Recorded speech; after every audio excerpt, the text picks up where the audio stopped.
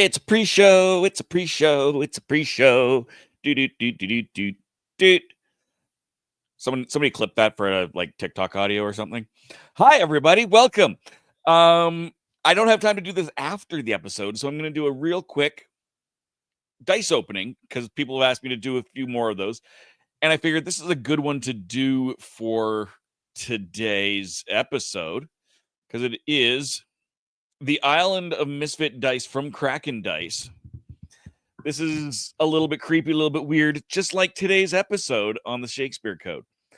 So let's just get right to it. This is the island. I'm going to assume this is a unmatched set of dice, mystery misfit dice from Kraken Dice. And of course, that's krakendice.com.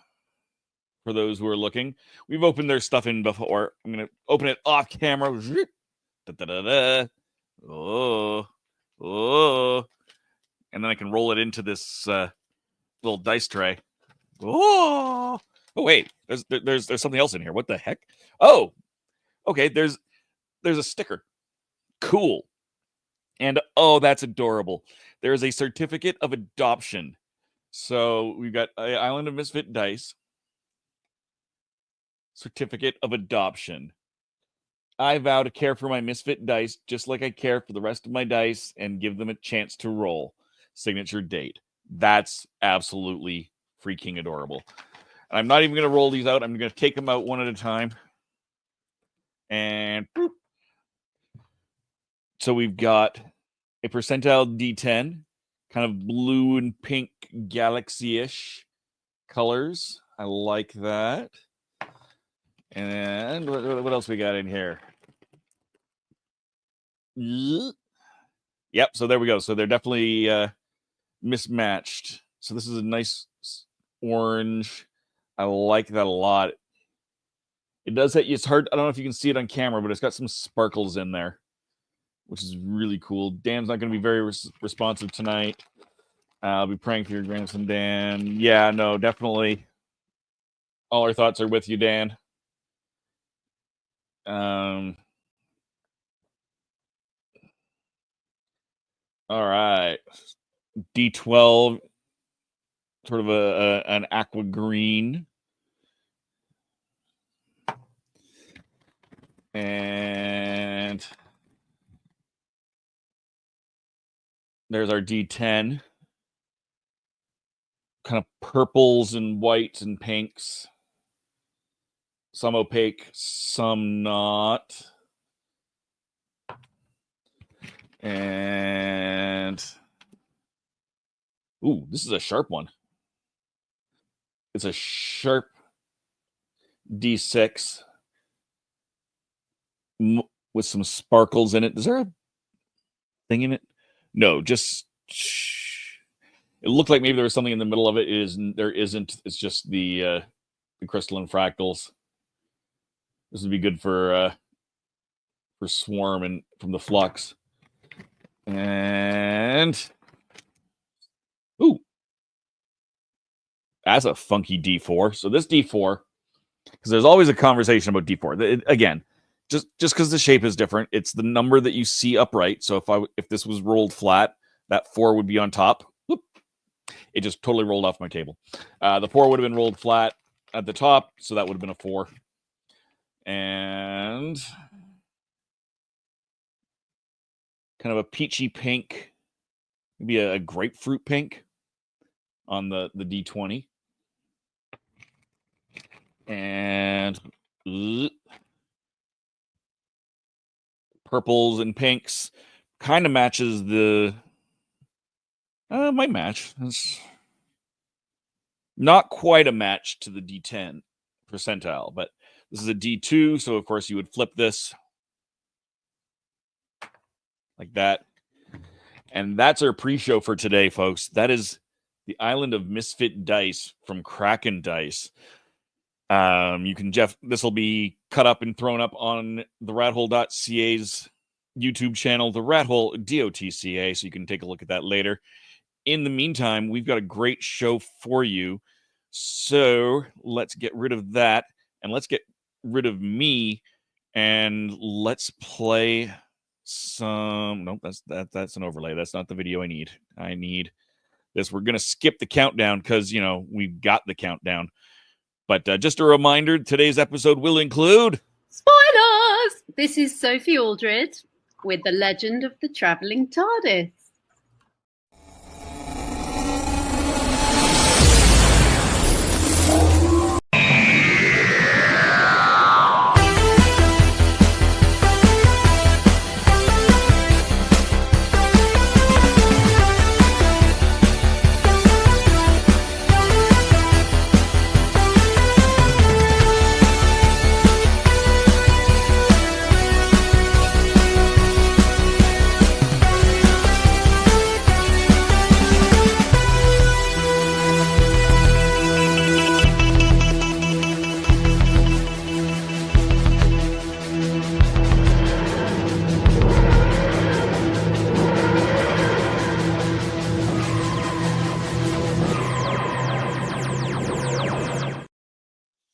Welcome back, everybody. It is the Shakespeare Code, episode number 2, series 3, David Tennant's second series with the TARDIS. I'm setting up. Am I clicking the background? Where am I? Yeah, I assume y'all can hear me. Oh, there I am. I'm over the side. I had it set for the previous thing still. So, hi, everybody. Here I am. I'm no longer little tiny, like I'm in a little magical globe, keeping me prisoner. Yeah.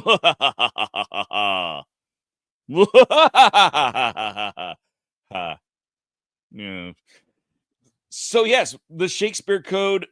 This is going to be a great episode. There's so many Easter eggs. If you're a theater kid, you're going to love this episode. Or hate this episode, I suppose. But most people, I think, theater kids are going to just eat this up. So here Roger, I know. So I'm so upset. I'm not gonna be able to make it to Sophie Aldred at Origins this year in June. Sophie and Sylvester, and I'm so upset that I'm not going to make that. Anywho, hi Gadget. Oh look, Gadget's being said hey. Hi. Let's bring you up first. Yes. Hi Gadget. What's up? Besides, we're opening some dice. We're talking about some Shakespeare Code. We're having ourselves a good old time. Well, I love Shakespeare. I got to be in Stratford-upon-Avon, if I can say it right. I got to be at the Swan Theater to see A Midsummer Night's Dream back in 2016. Nice. So this is an episode I do like. I just realized I did not dig out my pictures of the TARDIS at the Globe Theater. You guys had it at the Globe? I had Squishy at the Swan. Just outside. I didn't go in, but yeah, Mark and I passed by the Globe. Mm-hmm. So we should have a TARDIS picture at the Globe. Squishy was in the theater having fun. We were outside. Everything. That's what I'm saying. This is an episode I do like. Exactly. Mm-hmm. And as well, we've got Reverend Agyeman. Hey, Tom. Hey, Dave. How's it going? You know when you get crumbs and dust all over your keyboard and you try to get it off and you can't? I don't like that. No. Is that too old? Does anyone remember 60 Minutes, Andy Rooney? Is that? I think it's too old, but I think the sentiment's still... the reference is old. The sentiment is forever. Yeah. Closest I got to a theater was in college and auditioning for Phantom of the Opera, but yeah. Ironically, literally, I have to bolt out of here, and I will be going directly to the theater from here. I've got two shows that I'm running. I did light design for, and I'm running lighting for the run as well. So this is a perfect episode for me. It's also a perfect episode for a good friend of mine from, in fact, theater school. David Christina. I tacked. I have acted Shakespeare. Yes. I have been published in CD form. Me acting in Shakespeare. I did Symbol. Cool. Yes, I haven't. With CKUA. But I know. That being said, Dave, did you have to? Sorry, I didn't hear the question. I'll just assume you were talking about how great I am. Something like that. Yes. I was asking how you are. Well, I am as joyful as a sack full of puppies in a river. It's one of those days. All right. It is one of those days. One of those days. We're just gonna bring Kristen in to laugh. What? A sack full of puppies. No matter how you look at that, it didn't come out well. It There's didn't. no imagery that just satisfies it. Nope. Good night. That's been their show, everybody. Have yourselves a great day. Say goodnight, Rose, and we're out of here. Good night, Greg. No, we're not. No, we're not. Hey, Christian. A couple things. Dan, I hope everything turns out well. I know I speak for everybody. All of our love and hopes, speedy recovery and all that. Raj, I do have a YouTube channel of my own. I barely even look at it, and I just noticed I have it out there, and that's how I keep an eye on the YouTube chats and stuff. Make sure that YouTube is putting on our show. So I actually sit here on my YouTube channel, my personal YouTube channel, but this is the official YouTube channel that we use. So Yes. yeah. Right here on the Legend of the Traveling TARDIS. Oh, I should put up the banner that I didn't put up. There you go. Yes, it is one of those nights. It is one of those nights. It is. Please like, share, and subscribe. We only have a bit of news, so it's just going to be one of those nights. Yeah. Okay. Well, let's make it proper. Hang on one second. Exactly.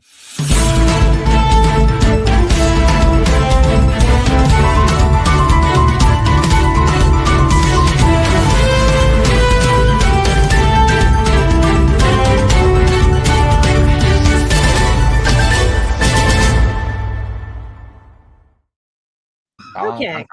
Well, as you can see, we have spookiness behind us and everything, but it is really spooky because as of I think it was released, I'm trying to remember where it is because you guys have been cracking me up behind the all my notes like this way and everything. Wait, Gadget, we have to interrupt this important news to bring you this. Oh yes. Yes. That was going to be brought up later.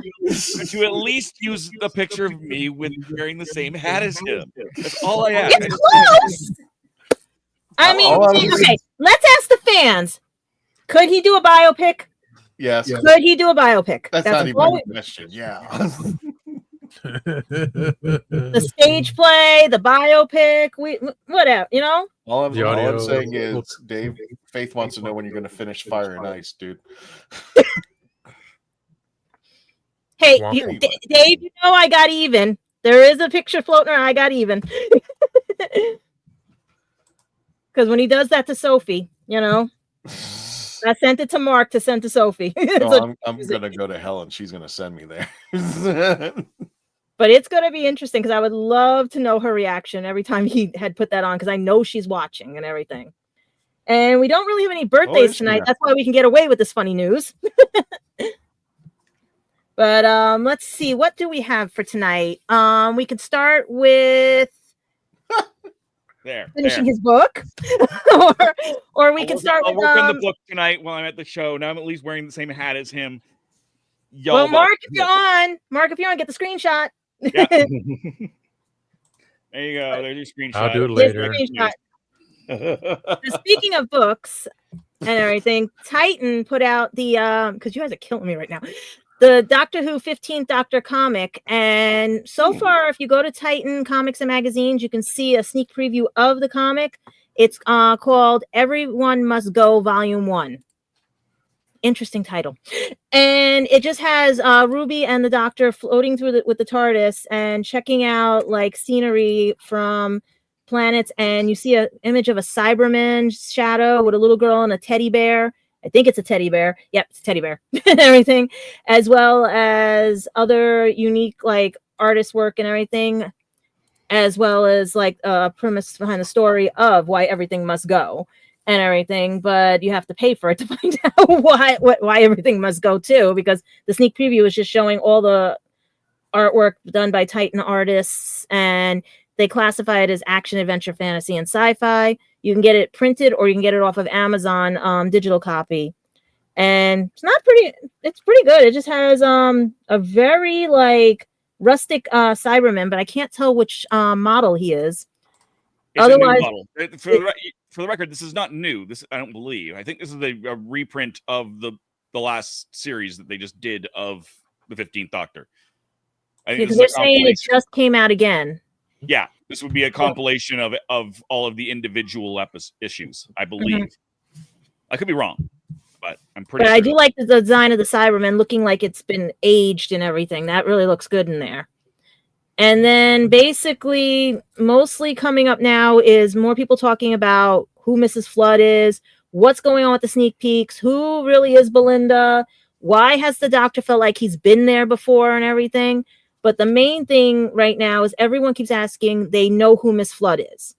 And I have a theory on it, a couple of theories and everything. I still think it's the Dream Lord, that little guy that was playing with Amy and Rory and the Doctor when he was the 11th Doctor, and he took them into the alternate world, because the theming around this season to me feels like this is not reality. This is a make-believe world, and that's the theory I'm getting with it, because it gives it away with the song contest. It gives it away with them being two-dimensional. It gives it, what I mean? It's like, who can manipulate them the most, And it's just too many coincidences, especially tonight, when something that was said by Martha in the episode we might be reviewing tonight translates over into Ruby and Nashuti's episode and everything and stuff that I caught and everything. So are we reliving the Doctor's past in theater form?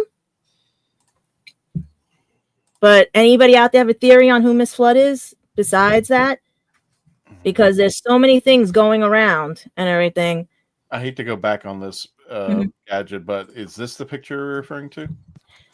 That's a ones that was able to be caught off the Disney Channel trailer, and it is they're saying it is part of his past, this actor right here. But then again, they did throw us with Susan Twist, because they're trying to say this is an older character just redesigned for more of a aesthetic look and everything. But I did see a lot of throwbacks to things. If you do watch the trailer, if you know your Who lore, you do see some throwbacks. But this is what caught my attention when I saw this, because a lot of people have been discussing this picture, and I'd rather have the guys that know the true, like the past episodes, because I only got limited to those because of PBS. If you think you know who this is, because a lot of people say it's a certain character from the past, you're about 85%, because more people are going with that storyline. I think he's going after the Doctor, wanting to make sure that he renewed his car warranty insurance. Yes, he did. I think it's Doomsday. That's the greatest assassin in the universe. That's Doomsday? I have no idea. Oh my god! I'm just like, what you let herself go? You want to forget about that we could do that, and that Doomsday crossover would be the thing. It's kind of like the Star Wars holiday special. We pretend that it happened. We know it happened, but nobody talks about that cousin in the corner. Yeah, exactly. It's just one of those. You never seen it? What I could do. I plan to do a review on it someday, maybe Christmas time. But no, I just can't. I can't. I watch parts of it. And there's Loopy, the boy going, hee. I can't. You mean Chewbacca's son? Chewbacca's son, yes, please. Yes. It is played by the actress that just passed away, who's my favorite character, Tansy from Scooby-Doo and Shaggy. Yeah, she was a famous actress. She was on Little House on the Prairie. She played in the costume. That's the craziest thing. It's like, yeah. Steampunk Freddy Krueger. I see memes of bass. I like that one, Steampunk Freddy Krueger. And then the singing of Princess Leia. It's like, oh my God. I'm a big Star Wars fan. I mean, I went to see it the day. Well, you know my age, none of the rest do. But I just, I don't know. I want to do, so for Christmas time, I do want to do a review on, but for honestly, I try to watch it. It's like, which one's better to watch though? The Ewoks or the Christmas special? That's what I want to know. I want you guys Well, to those are sing. those are Life two Day very song. different arguments of good, bad, ugly. It was You mostly watch ugly movies and or- bad. And I Yes. need everybody Too bad. though, because this I just got an email on this while we were on right now, because I'm just reading it right now as you guys. Minecraft, as you know, makes light of little certain things when in the movie and stuff of certain like parodies of, you know how people make the Minecraft game, they can have the TARDIS in there and everything and stuff like that. Someone says they saw the TARDIS. So I wanted everybody to try to look out for it in the movie, in movie Minecraft and everything, because a lot of people said it you could just barely make it out because of the copyright. Because someone here just reminded me about copyrights and everything, because someone said it can't be the Ronnie from Mrs. Flood and everything. So I really want to know who she is, because if she's popping up everywhere, is she the Watcher, like the way for the 4th and 5th Doctors? You know what I mean? Wait a minute, who owns the Ronnie? Is that still Pip and Jane? Mhm. And they're still alive? Jeez. Their estate would probably State. still have the Oh, rights okay. to it. In the same That's way why that I'm hoping there's a guy bio that wrote regenerate. Unearthly Child is not alive either, but his son, being the that he is not letting them have that episode. Mm-hmm. I told you it was a short news day. There was like there was really nothing going on, because everybody is anticipating this weekend to see where we go with the robot planet. You know, where do we go with Belinda's planet? Where do we go with everything? Because this is going to be interesting. Because if it turns out that he's living a dream, then we know where this section is going. But if not, and this is actually where he's going, did the TARDIS glitch and they definitely can't get her home? Or it's one of those where we're exploring what could be because of the reality war at the end. It's also possible that it's the robots, the emoticon robots, but like the evolution of those emoticon robots, because that's what that face, the round face and the very digitized face remind me of. I just like the I cannot pronounce it. It's the Spider God and everything, because I used to watch Static Shock and I remember the storyline for Static Shock about the Spider God and everything. So that's why I love that they did add it in to this story, because that's what got me thinking. Is this really them traveling, or are they actually, because you've got Flux with the theater, you've got the Spider God telling stories, then you have a reality war. Are we fighting to get our reality back? Because that means then were they in reality or not in reality? You know? I still want to know how many planets are out in the universe right now, because I lost count. And everyone keeps saying we're getting a sequel to Midnight. And I'm like, I don't see it yet. It might be, it might not be. We may just get thrown a 180. But if he gets to see the devil again, oh, that's going to be interesting. Yeah. But for now, that's all the news we have at the moment. And unless you guys really want to throw in some other fun stuff. No, I think we have more than enough fun stuff to throw in with the Shakespeare Code. Well, let me go ahead and do the announcements for the conventions here. So coming up June 14th to the 15th, we are going to be at Space Coast Comic Con. You can get your tickets now at spacecoastcomiccon.com. They are making announcements, and you can also go over to their Facebook page as well. Again, June 14th to 15th. Still trying to find the location. It's not where it's at a different location that they're now using. I think it's the Brevard facility, but you can just go to spacecoastcomiccon.com, and that should have all the information, including the tickets. And a September 12th to the 14th, that weekend, we will be joining forces again with the Dalek Builders of Florida at ancientcity.com. ancientcitycon.com. They will be at the World Golf Village Resort again.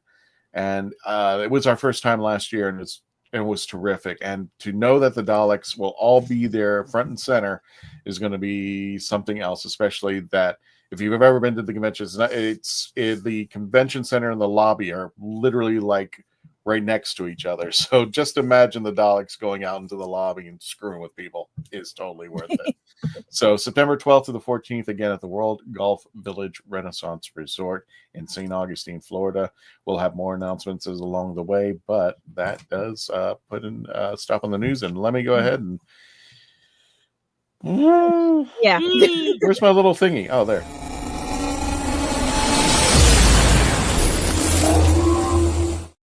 And we're back. It's the Mhm. Shakespeare Code. Dun, dun, dun, dun. Da-da-da-da.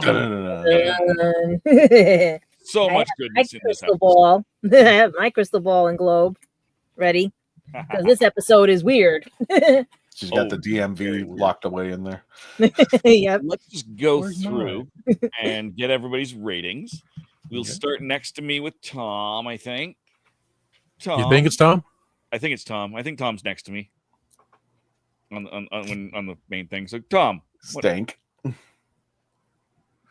Oh, definitely higher than last week. So 7.77. I mean 7.77. 7.77. All right, that works. And Christian, what about you? Mm-hmm. Yeah, just to stay away from being first, 7.8. 7.8. And just for Mark, repeating. So yeah, 7.8, just a little higher. All right. And rolling around Gadget. What about you?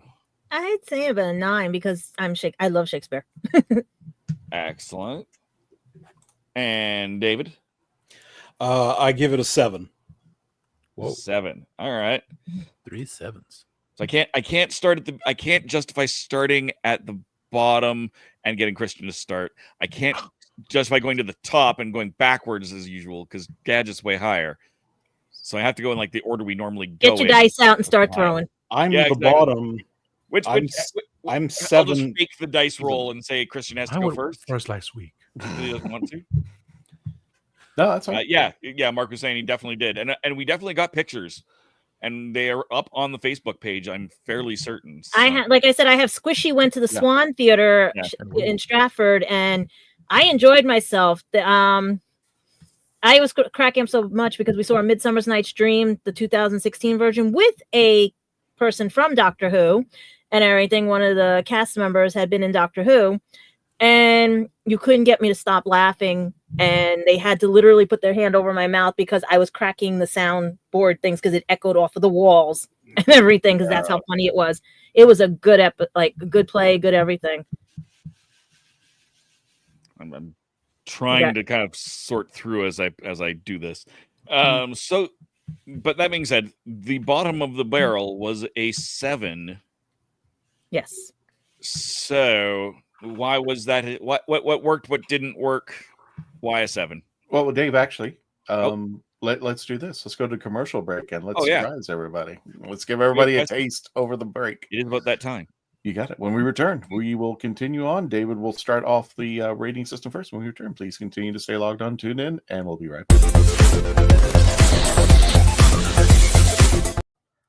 I'm author Mark Muncy, And I'm author Erica Lance. and this is Eerie Travels.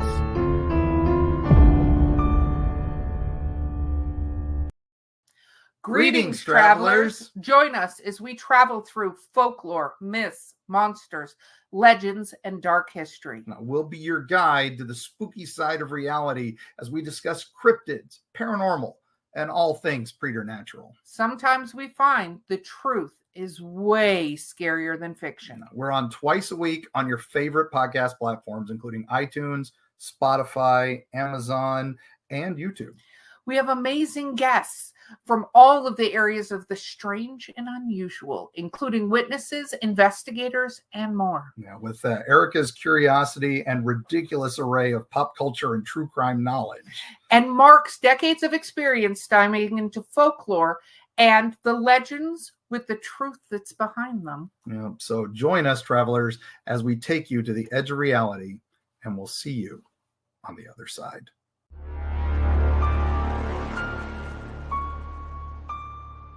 We are a touring acoustic duo crashing kitchens around the country. We go from house to house every Friday night and we create music, we create food, a good time, we stream it live and we do it for free. So now we're just really kind of like trying to develop it and build a community group that people believe in, then they'll help us. So we played from our rehearsal room, we played from the bathroom, thankfully that didn't catch on. I probably played guitar in my room, not for anyone, in front of anyone, nobody heard, for probably about 10 years. And then one Friday night we played from the kitchen. It's the main place people want to be. It's where the food is, it's where the drink is, it's where the best lighting is. You can go to any party and I guarantee you the kitchen is going to be popping. Our ultimate goal, I think, would be to crash kitchens every Friday all around the world.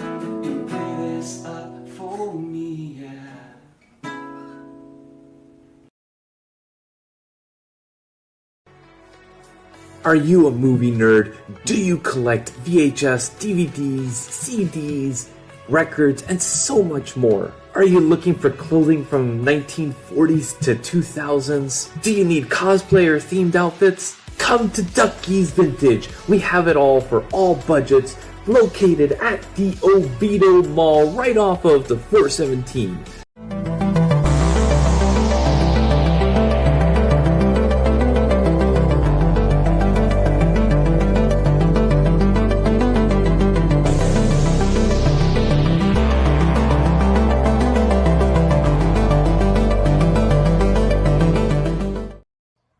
Hello, I'm Nick Briggs, and you're listening to the Legend of the Traveling TARDIS.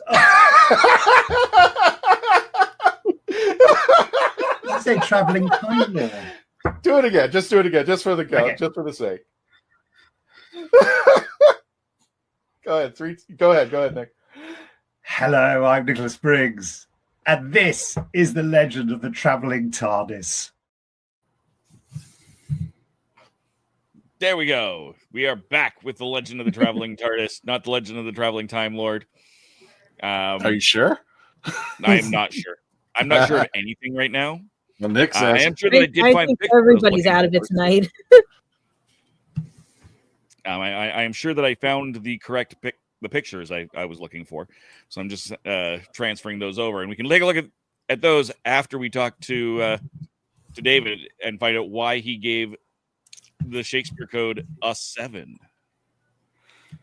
It's all his fault. Not mine for a change. Indeed.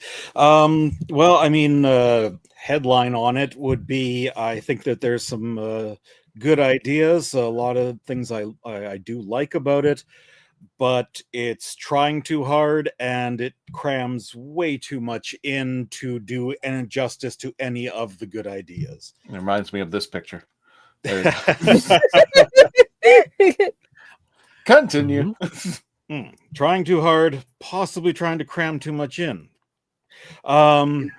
So Hey I mean, now. right off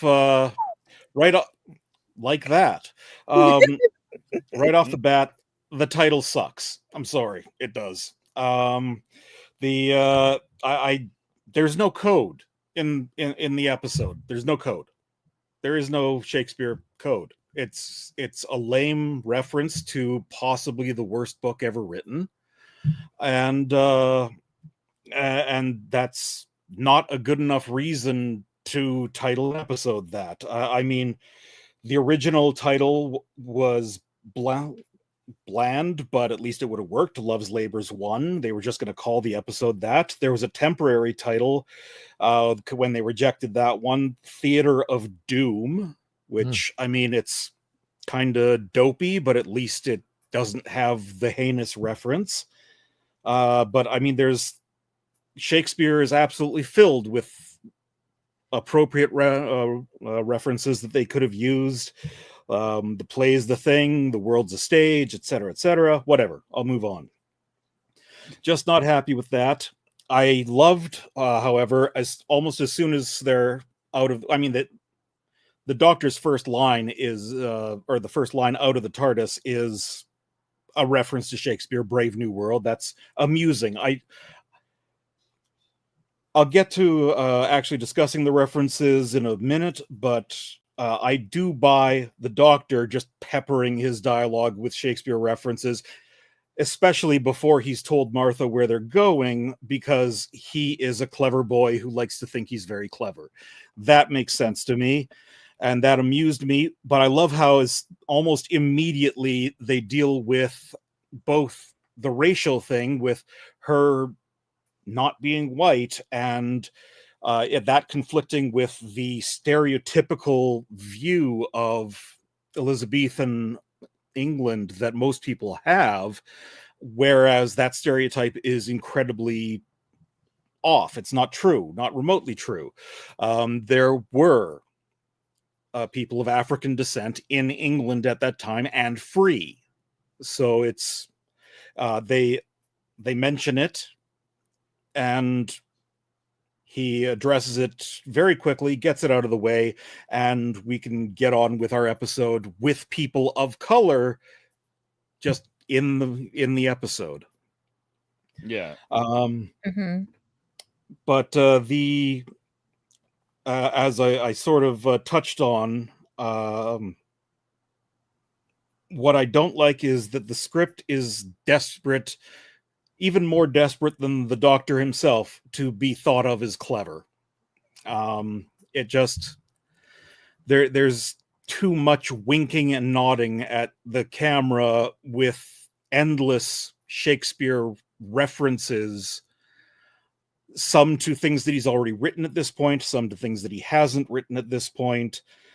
And I'm not that they stuck too close to that timeline anyway, because Love's Labour's Lost is about 4 years old by the time this episode happens, and Love Labour's 1 has actually already been performed as well. That one was known of in 1598. But yeah, it starts off fun, it's clever, until it's not. Eventually it's just too on the nose, and it includes, and they even went with, and it just drives me nuts, Sonnet 18. It is a pet peeve of mine. Whenever anybody wants to reference Shakespeare, they work Sonnet 18 in there, and shall I compare thee to a summer's day, thou art more lovely and more temperate. Sorry. Oh well, I mean, it's a valid reference. But it's not. That's the thing. You using it, not you quoting it. Sorry. Yeah, but I would do blast from the past. Sorry about that. Sorry, blast from the past. I've heard that line before. Yeah, but yeah. I mean, the thing is, it's not romantic. It's not remotely romantic as a poem. That's what people always hear. They use the first line because shall I compare thee to a summer's day? Thou art more lovely and more temperate. Yeah, but it's a great pickup line in Bithlow. But that's the thing. The entire, if you actually read it and understand Shakespeare, here's the poem in modern language. You're wicked hot, but you're gonna get real ugly. But I'm a wicked awesome writer, and I'm talking about how hot you are. So even when you're rotting in the ground, people are going to know how hot you were because I am awesome. That is what Sonnet 18 is. It's in the poetic language, it's kind of fun and flirty in that he's complimenting himself while somewhat he starts off complimenting and then insulting the subject of the poem, and that's why you've got all the other sonnets you can choose from. Everybody goes to this one just because it's the one everybody knows, and that drives me nuts. And also he's saying he seems to be extemporizing it to Martha, who is, they slide in the reference, maybe she's his dark lady, the dark lady that he wrote most of the sonnets to. That sonnet was written for the beautiful young man or lord that he wrote the rest of them to. It doesn't work. Not when you actually know your Shakespeare. And it got on my nerves as a pedant. And next Dave Okay. is going to be Or he's going to be spoof. performing "Brush Up on Your Shakespeare," the show tune. And, From Kiss we Me will- Kate. Yes, exactly. Oh, I love that. But, Just don't I tame mean, anybody. You folks, know what I I gotta mean? say- Just don't tame anybody. like you can I mean, you can go to my favorite sonnet, which is admittedly it became my favorite partially because it's one of Patrick Stewart's, sonnet 109. Oh, never say that I was false of heart, though absence seemed my flame to qualify. As easy might I from myself depart, as from my soul, which in thy breast doth lie. That is my home of love. Oh, never believe, though in my nature reigned all frailties that besiege all kinds of blood, that it could so preposterously be stained to leave for nothing all thy sum of good. For nothing this wide universe I call, save thou, my rose. We're gonna thou call art my Broadway all. for you. We're gonna call Broadway. Broadway. Like Author, that one author. is great. Mhm. Where's It's Arthur? kind of about cheating, so not really appropriate for this instance, but it's beautiful. I love it. I haven't gone Anyway. through the sonnets, all of them yet. I've This mostly whole done like thing- plays. That's it. Sorry? I've only done the record, plays. that. Good. I was going to say Yeah. the last 5 minutes or so is why I brought him onto the show. I was waiting for that kind of. I didn't know he's a step above me because I thought I like no, forget it. He could be a teacher at Lehman College and he would do better than the teachers that are there. I could teach Shakespeare, but nobody will hire me because I only got a master's degree. Need a PhD around here, usually. Same here. Yeah. America And Canada. and Canada. All right, but that's that's definitely why. So next up at 7.77. Why And disappears.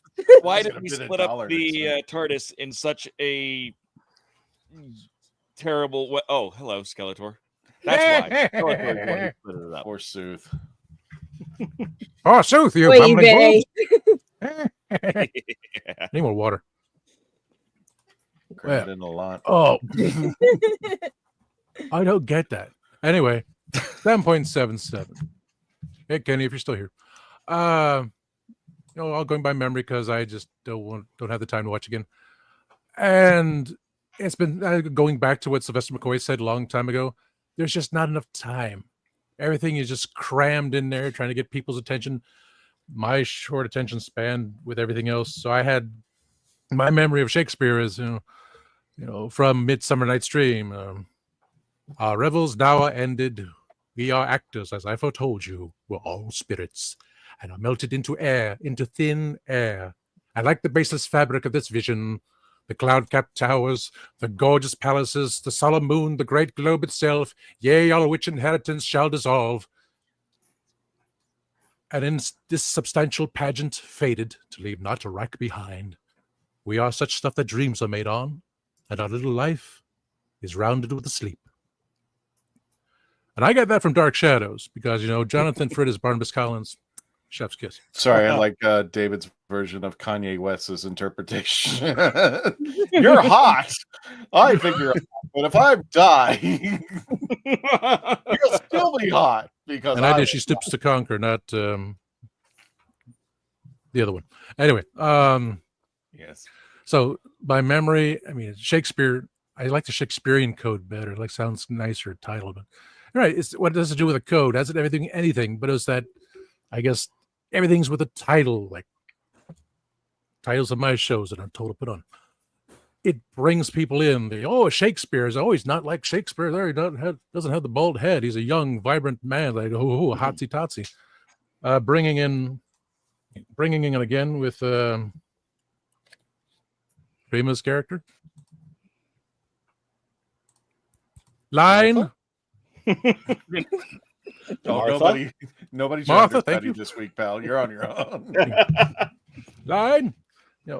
I love the fact that she's trying her best to keep flirting with him. It's like, I would not deny her. Beautiful lady. And look who I've tried with. And yes, he's just so into Rose, like Rose, like I'm right here, right in front of you. No, so she's doing her best. Shakespeare's like, oh, my lovely lady. Like, the man knows. Memory fades. The witches. Oh, the witches. 3 witches. That's it. Can't remember their names either. It's like I can't really remember. Like me to tell you, Lilith, and I can't remember. Lilith is the lead one. Well, at least she's the more active one, and I think it's Bloodtide and what? Doomfinger. That sounds right. I know we have the Lilith action figure as the old witch. That's about all I remember, and the little globe thingy. All I'm saying is, when I saw Christina Cole in this episode, I was just like, I was smitten. Somehow get her in the TARDIS. I don't care. Anyway, so yes, it's always a title that brings people in. The idea of Shakespeare is, oh, cool, everything's fat. So I'm just, she looks better than that other picture that Christian taunts us with before the show. Anyway, this is a Tinder profile I found. So for me, even though I did some bits of Shakespeare, it was the idea of, oh, it's a Shakespeare story. It's like, there's young Shakespeare's in the globe, has witches in it and everything else. Like, that's what I vaguely remember. And then at the very end, the Queen, which leads to the longest spoiler in a few years, which is hilarious. Like, what? Torchwood mentioned again, I believe it is, because Torchwood's a running theme. Or is it Saxon is a running theme this season? I don't know. You see Saxon, I think, once or twice, but not. I don't think he pops up in this one. I think he's definitely in the episode before. There's a sign behind the TARDIS. The sign. Or there's a sign behind Martha, and I think that's the first indication. So we get those ideas. We know where there's a running theme and everything else.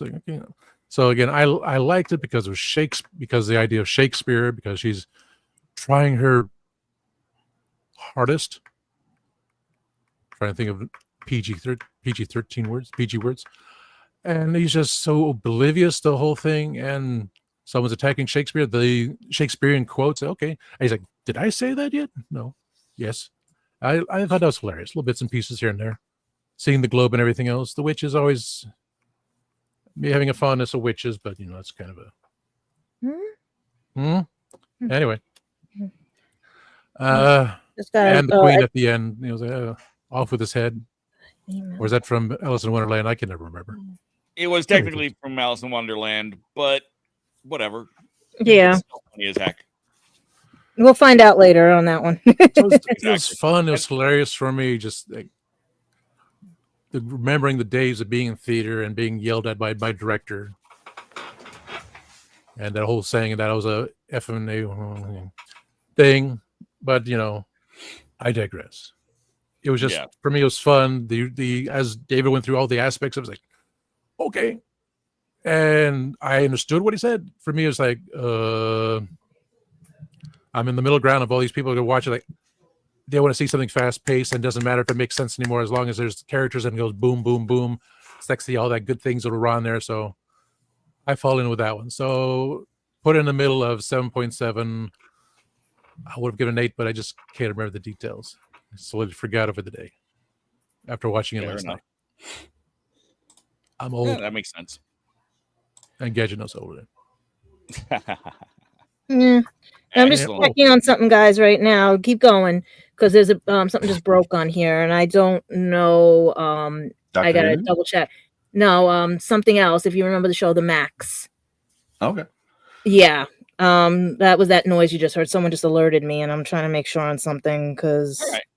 Yeah. Well, for now, yeah. Let's move on to our 7.8 because he didn't want to go first. I would have said 10 not to go first. Yeah, exactly. I only gave it a 9 because there were things I spotted that me being my age and everything and stuff, and yeah. I always thought, and this is just something I'm throwing out there, I always thought this should have been the first episode post Rose. I think he should have been on his own. And then it's nothing against Martha. It has nothing against Freema or anything of her character. But there were moments I'm like, why is she even here? Because what ended up is one of the things I took the number down is I didn't like the fact that she's Rebound Girl. I just didn't like that.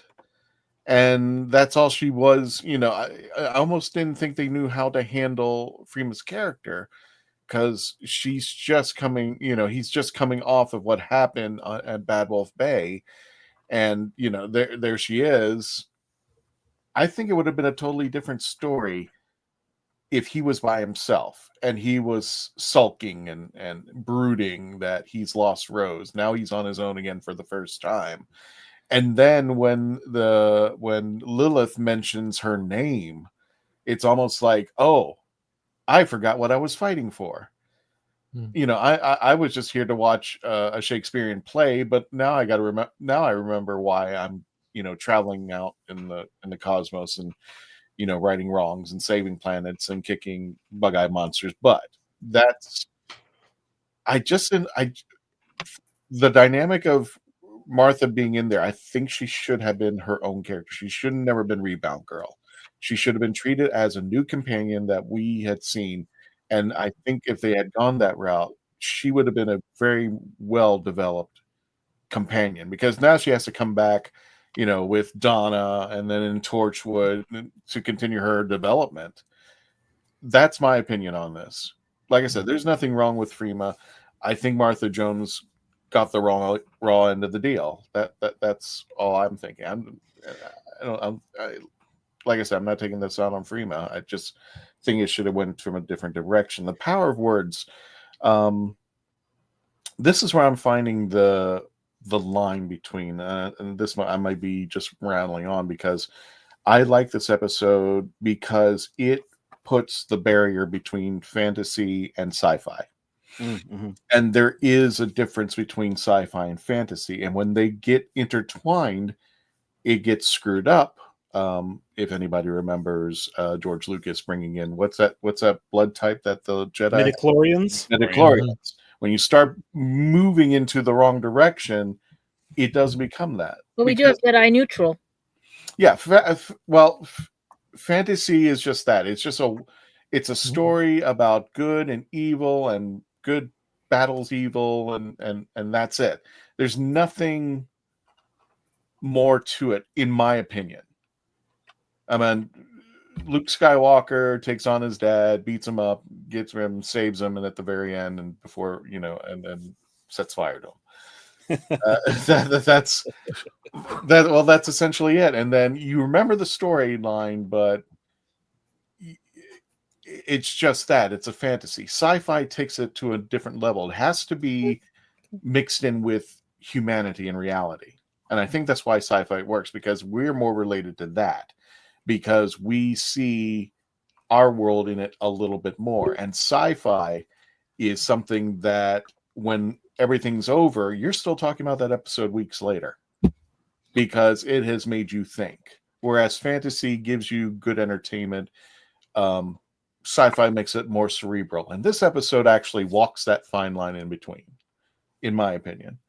It does kind of cross in there, but we still have, the moment that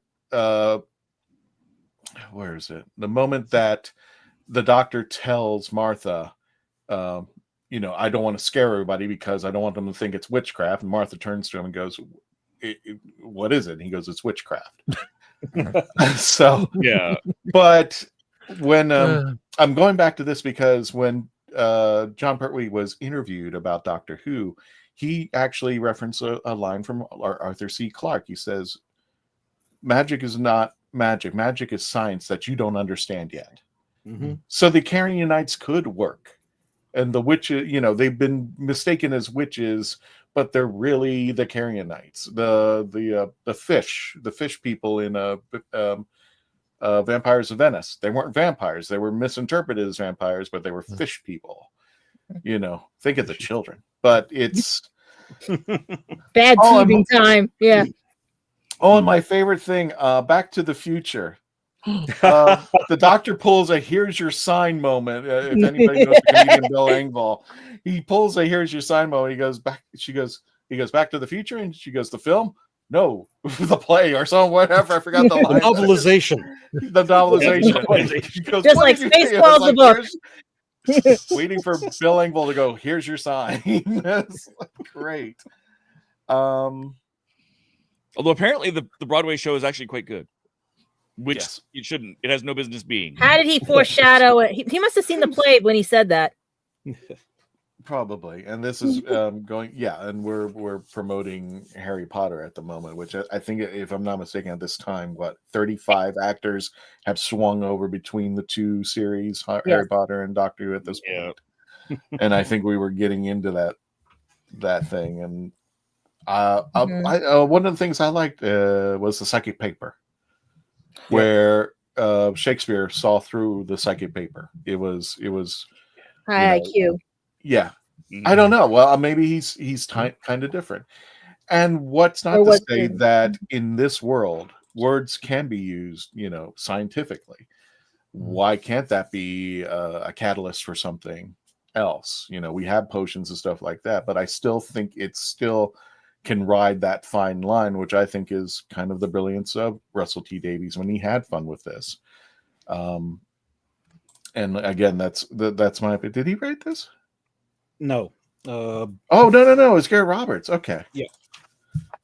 So I guess it was the brilliance of Gareth Roberts who just kind of walked that fine line. And for me, it worked well. There were some things I just didn't like, but I would watch this episode again and again. It's a fun episode.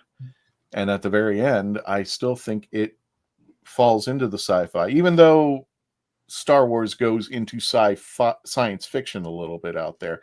It doesn't go into sci-fi. I mean, you have the fighting TIE fighters and then the Death Star and all that. It still sits in the fantasy world, whereas Doctor Who stays in sci-fi. That's why I never appreciated where Russell T says it's moving to fantasy. I said, no, then it's not Doctor Who if it's not going to stay in its lane. But that's just me. I understand what he's trying to do. He's trying to explore and do things, but I think people can relate to it because it's the way that it is. Of course, the arrow in the TARDIS I liked. Yeah, I think it's only one of 3 times we've seen the arrow in the TARDIS. I think the other one was Robots of Sherwood and Silver Nemesis. And I think it happened a couple more times, but I think it's been 5. But yeah, it's not a. I think I now I don't remember off the top of my head, but I was, as I was perusing stuff, I labeled. I had a list, and I don't remember. I'm sure it was more than 3.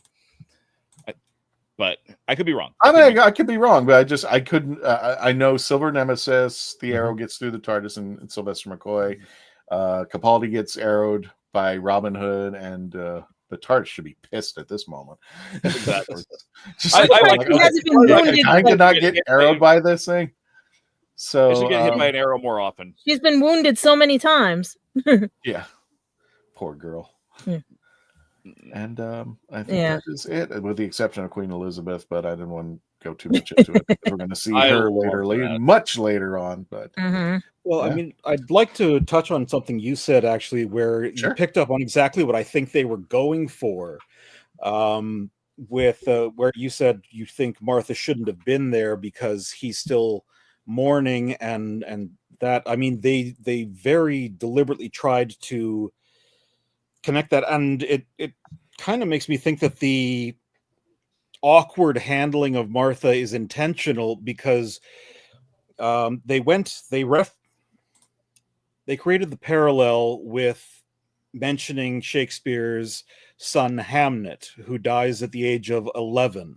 I think about 3 or 4 years before this takes place, and he's still holding on to that pain, and then goes on to use it, or the episode serves as a motivation to then use that, meditating in further plays, which are going to be Hamlet, the Scottish play, and to a certain extent even King Lear, with that sense of loss and what have you.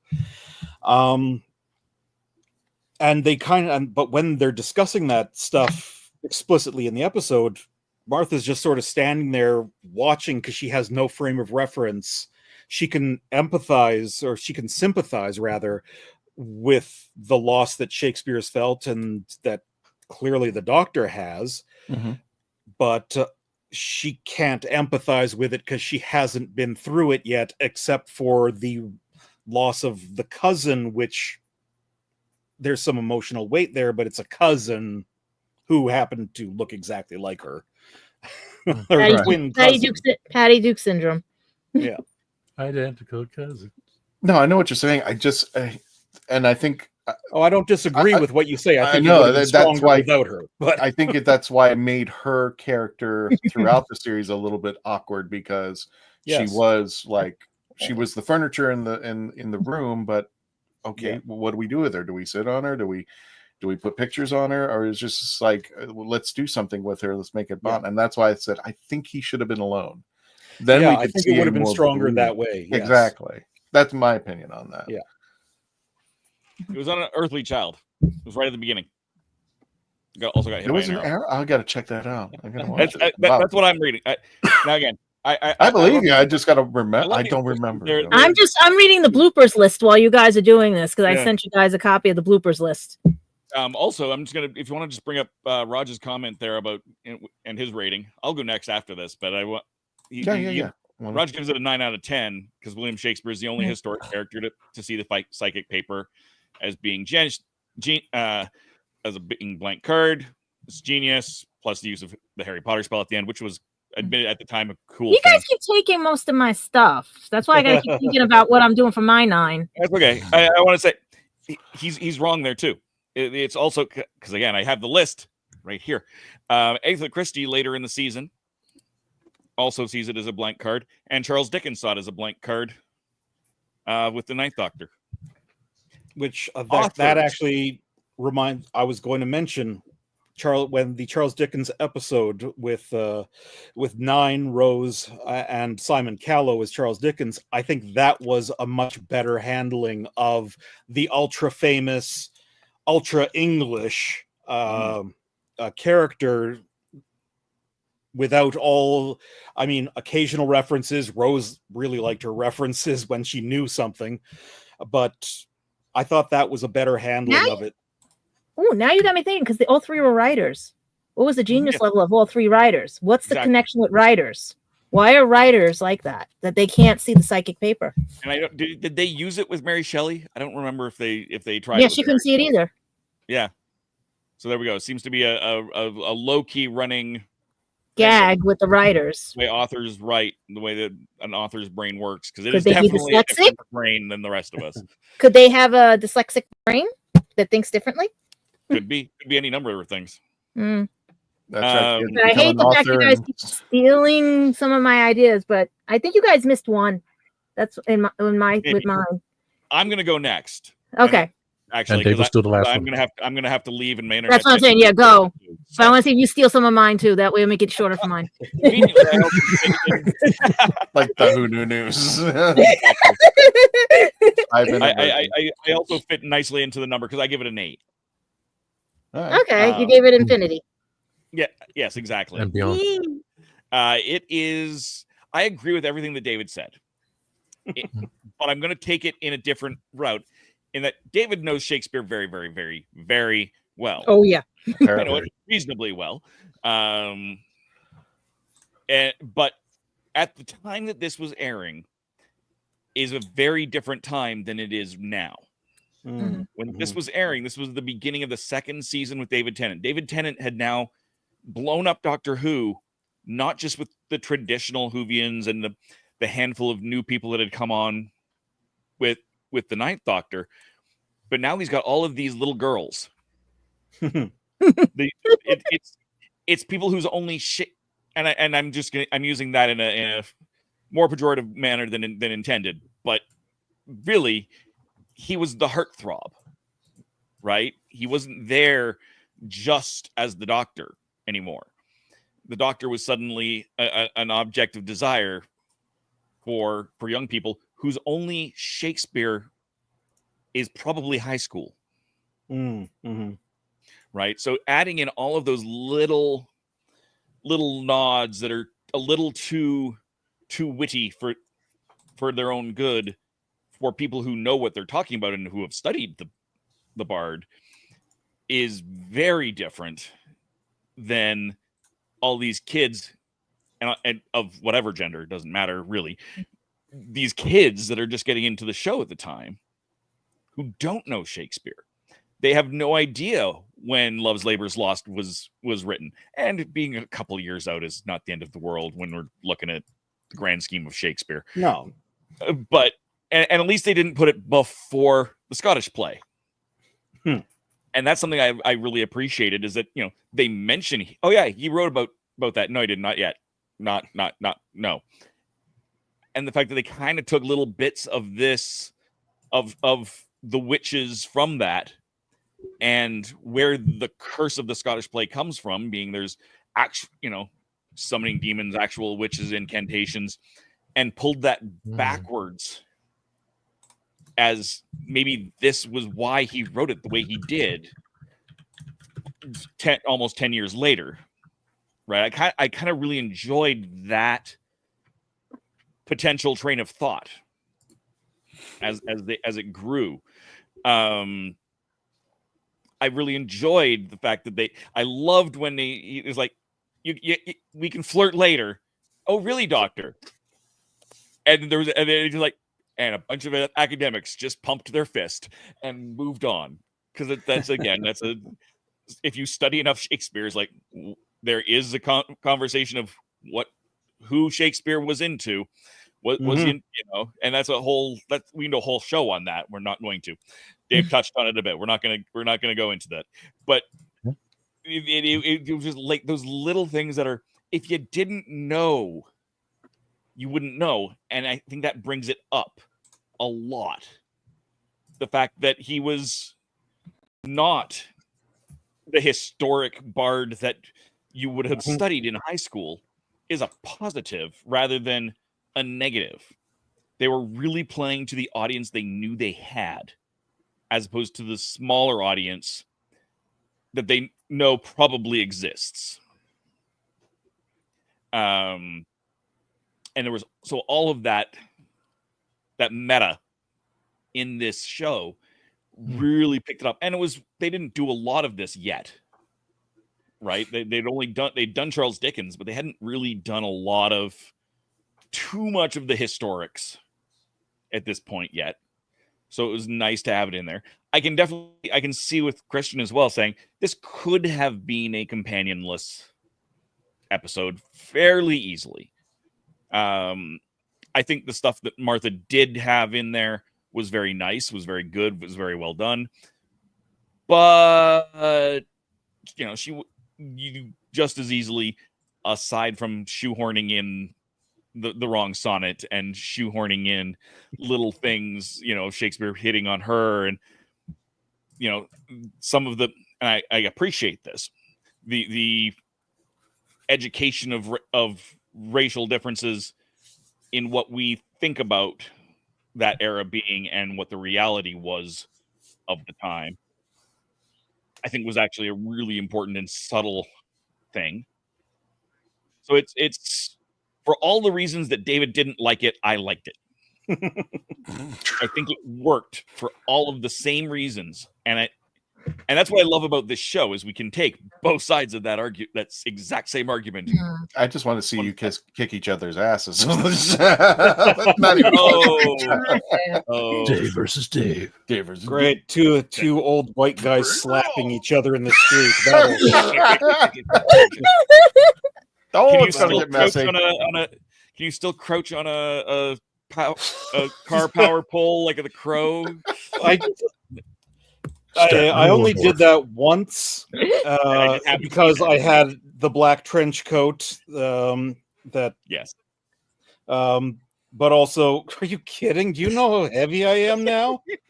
I'm old. I'm fat. I feel your pain, my friend. I feel your pain. You have a black trench coat? Wow. I had a yes. black trench coat because I couldn't find a khaki colored one. I wanted Yeah. a trench coat, damn it. Yeah. I've got one now, fortunately. So Exactly. So that's why Dave versus Dave. Ready? Fight. Cat fight. Put the pet alert up. Trench coat. Let me It's get a my cat fight. Put the game pet alert up. controller. Yeah. All I right. want to With see that who's being got a said, fatality. fatality. yeah, when we both have coronaries. Yeah, exactly. I'm gonna duck out now. With my apologies, I'm running out of time. I'm running out of internet, so I will leave it with Gadget. Hey, you gave it a high 9. I did. For your reasons. Why did you give it a 9? And I will not be here when you finish. Okay. Goodbye. Have fun. Enjoy your day. We got you in spirit there. Yes, we did. Hey, at least they switched hats. See, this is if it was this hat, I'd be happier with it. It's a little. That's what we told Mark to do a new one. This is the hat that Mark, get the screenshot now. Get the screenshot, Mark, and do a new one. Hour, 10 minutes. There. Make his nose bigger. All right. Bye, all. Bye. Hey, Rose. Anyway, Gadget, you were saying. Before I cast a spell on all of you, because you all know what I do and what I am and everything. The reason I gave this thing a 9 was because at the time when I watched it the first time it came on, I was like, oh, Shakespeare, everything, and stuff like that and everything. And then they started throwing in the Harry Potter and everything else. Now rewatching it, I still gave it a 9 because of nostalgic, as well as the fact that she talked about the butterfly and stepping on a butterfly where Ruby stepped on a butterfly and caused a problem and everything. If you guys didn't catch that in the beginning when she said, what if we step on a butterfly, this and everything and stuff like that. So that was one thing. The fact that Shakespeare was not Shakespeare was funny. That's what caught me off guard and everything. And I did remember growing up hearing rumors about that play and could never figure out why everybody kept saying it was lost when it was found and everything.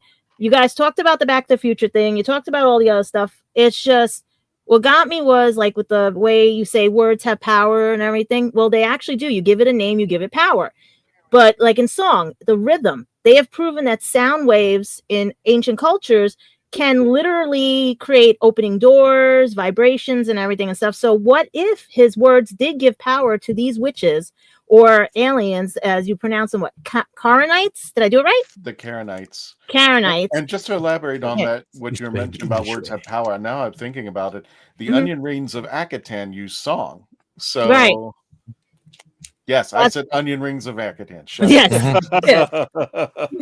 But do you understand what I mean? It's like his sonnets, that's why they said they were able to get 3 of them out because his sonnets or whatever, or his plays literally released 3 of them because they had rhythmatic sayings that could have released them as like magic words and everything. That's why I love when they think witches always curse everybody and stuff. We don't. It just gets messed up because you're cursing yourself at the same time, because you don't realize things have power with them. Sonic power, get it? Sound, and because he does mention the sonics and everything and stuff and everything. So it's like, and between the one-sided relationship, because I think she was looking for somebody and she did like him and everything, but you got to remember he's heartbroken because he just gave away his first time in a long time true love and everything. And yes, he should have been by himself, but then think about it. If you're that depressed by yourself, what are you going to do? You know what I mean?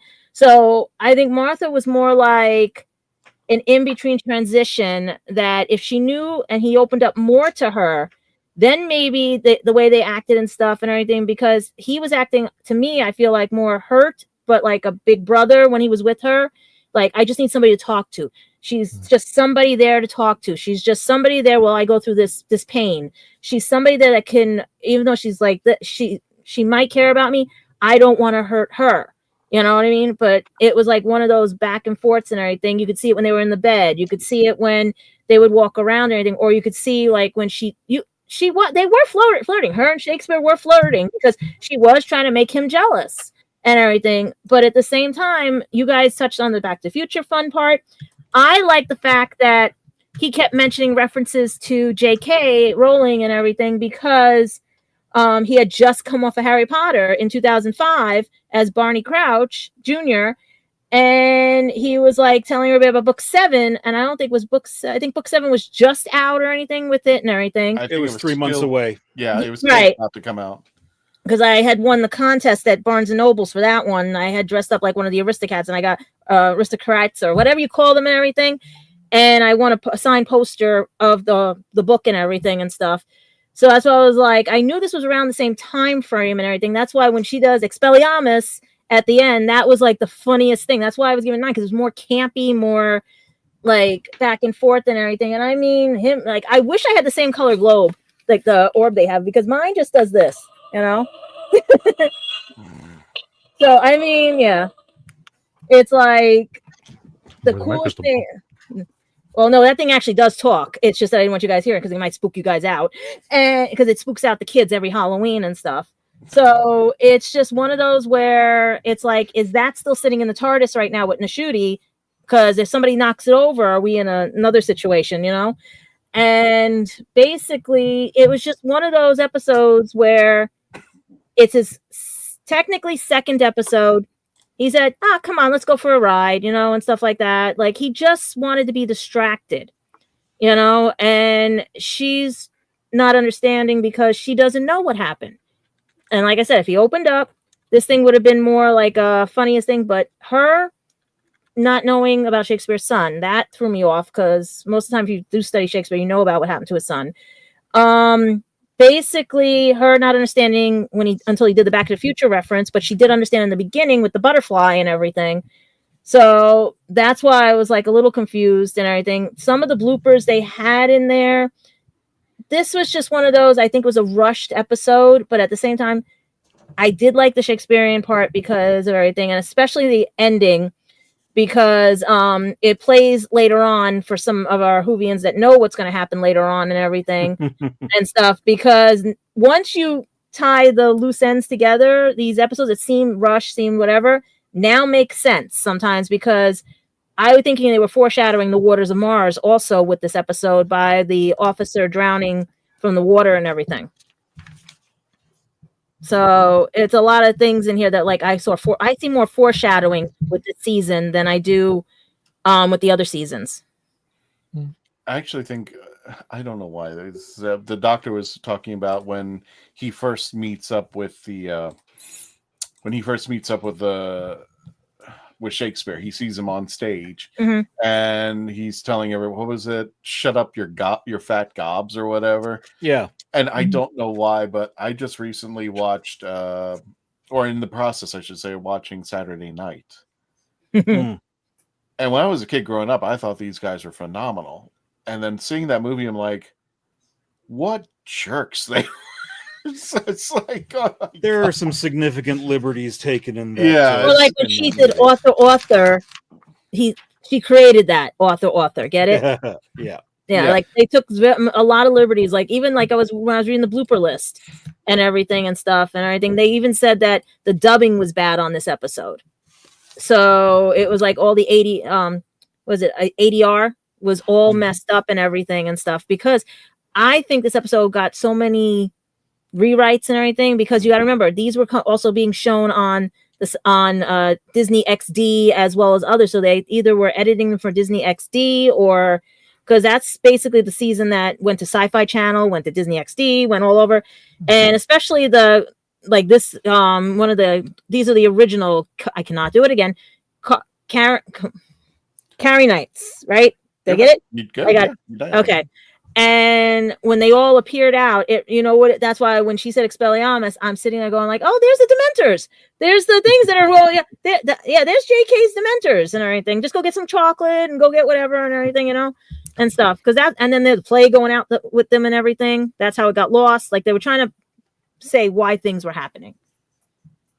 But it was just too funny that they talked about a butterfly in the beginning and in the 15th Doctor. That's what I'm saying. There's something correlating, because even our last episode in the New Who, they're going to be in 2007, which began the first episode of this. That's why my theory is there's something with this season and the new season is just too coincidental and everything. Storytelling, writers, you see what I mean? Like authors, like what's going on, I counted 25 pictures. I was not going to mention that, Raj. That was a given. Yeah, that was yeah. How about Martha nearly getting hit by crab? Since toilets were in a yeah, they were trying to make it more realistic, and I just realized I put up 25 pictures of Christina Cole. I'm not biased at this point. Well, I mean, it's I funny you used should to have say that that. hair color. It's not more realistic, actually. It is once again pointing to the public perception of the era, Right? rather than the truth. You didn't ever throw it out the window or out the door or anything like that. It was in fact collected, and it was specific. Like it was not worth its weight in gold, but it was worth a significant amount of money. That's why he said he was Collectors would go door to recycling, door so- collecting all that stuff because Right. it was used in tanneries. Mhm. It's absolute. The ammonia produced as it decomposes and festers, what have you, is incredibly important for the leather industry. That's it, sir. You look like the piss boy. Yes. Or like in Outlander, Well, you when they look like used his it for bucket the wool. Like in Outlander, the girls used it for the wool. They had the wool going. Yeah. Yeah. I mean, Oh, it was used in God. several industries because it was the only way to get ammonia really effectively was as a waste product. Well, that's why he said to Martha, "Look, they recycle there, and they're putting it in there. Look, they have global warming. They have this. Yeah." I like that because they were just like throwing. Like I said, I enjoy, Doctor Who because I like to be taking out of my realm. But if occasionally, if you want to throw in some quips and stuff in there, I don't mind. Yeah. Global warming. That's the fun. You can still throw it in there, but just don't make it like. Okay, don't. But I like at the end. See, I told you. He goes, "See, I told you. World ending. See, I told you." Yes, that was funny. Yes. That's why I said I gave it a 9, because even with the God, rush, I'm a pervert. even with everything, there's so much jokes in there. How many? It was more joking than anything. Oy, oy, oy. Give him the collar. Oh, here, wear that. Your neck will be fine. Oh, wear it forever. Right. And stuff. Yeah. But It's like- I think I've seen that on. And correct me if I'm wrong, Tom. I'm trying to think. It's Tom and David. I'm thinking back into Classic Who, where the Doctor accidentally, inadvertently put something in play, and then it became part of what I'm trying to remember. Anything of like a Classic Who episode that did that.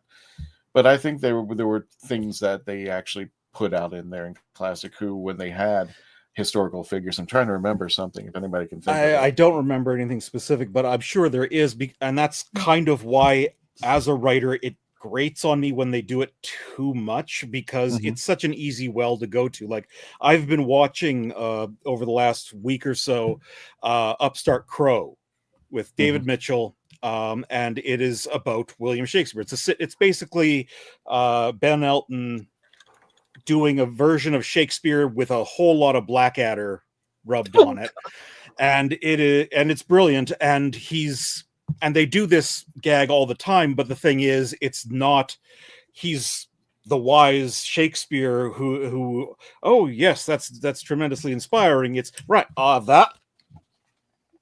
and it's actually funnier that way. Like, his landlady just dictates basically full monologues to him without even thinking of it, because that's how she thinks, and he's just gonna make some notes, and it's funny as heck there, because it's not played for cleverness. It's played like, this is how he builds his reputation as a Weasley little bastard. Oh, Tom, you're right. Tom just sent me a note. He was just saying the burning of Rome with the first Doctor. He had inadvertently. There's something about the fifth Doctor. There was another burning that he caused. I forgot. Remember, I'm just it was laughing at this book for much about some kind of nothing. street, and I think he lost his Sonic in the fire, didn't he? No, that was those creatures, one with the half faces, and the Sonic. I felt like you just destroyed my best friend. Best friend, right? Did they start with a T? Visitation. Oh, okay, the Visitation. Yeah, he burnt down the city inadvertently, but it was a part of history. And the same thing with the fires of Pompeii. But that one was something that he had to. I love Doctor Who because it kind of skirts upon. It's almost like a Back to the Future 2, where it just kind of skirts along things. He manipulates stuff. but it's all in fun, and it's always kind of interesting. Oh, what do you got? Oh, there you go. I got a flux capacitor. Oh. It's up. Hey, my book was 35 cents. Ever had a book for 35 cents? 1960. I was in the play version. Yeah, this one I killed in school. Like you can see, it's been torn up like crazy. Gotcha. And everything. And, Yeah, there's more Shakespeare's on my shelf and everything and stuff. Gadget Raj has a message for you. What is it also? Gadget. I don't want to mispronounce the name. Was at the London premiere of Series 2 with Michelle Gomez and Joe Martin last night, since she played Francine Jones or Martha's mom. Oh, yeah, she was. It was. Yeah, she was. I couldn't get the picture. Did I get the picture? Or I didn't, because someone was trying to get me the pictures. I'm trying to get more pictures from that night, because there's a lot of things they said that can't leak out of that premiere, and someone took a nice B-roll of everything. Right, 6 boy in the Romans, the Doctor burns Nero's map of Rome and gives him the idea to burn Rome. Yeah. That would make sense. Burning of Rome, and I was like, oh, the smugglers know the Rome. So far, everybody online is just talking about Saturday, like the watch parties and everything, because they're still trying to figure out what's going on with the episode. Because Disney's supposedly putting both episodes out. I thought it was one episode. Well, just a reminder, folks. As we go into the new season of Doctor Who, we may be putting out dual episodes again.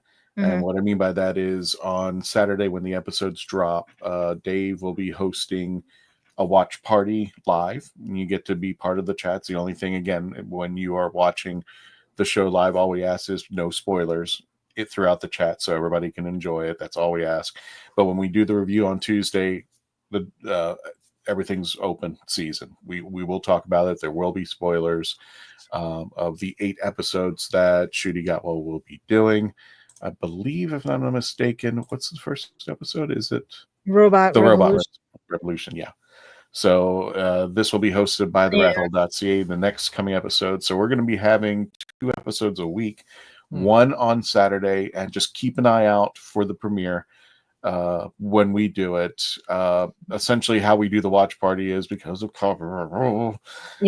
We're going to, if I'm right, I think Dave's going to do the same thing he's been doing. What he'll do is he'll tell everybody, "Hey, start. Go to your Disney Plus, and hit the start button." Right now, Disney Plus is still only listing season 1, so I guess they're holding this down until the actual premiere, because usually they have like a sneak prequel or like the episode already on, like ready to go but not playable.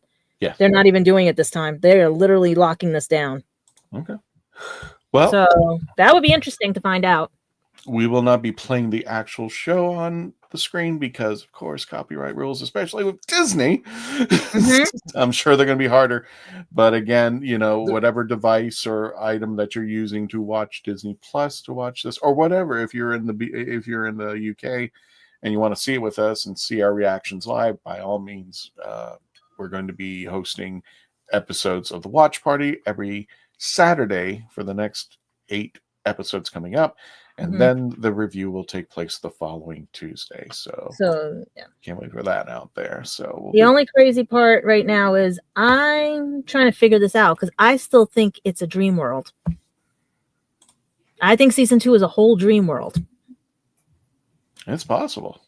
Because I've lost how many times that everything beyond Last Christmas is a fever dream.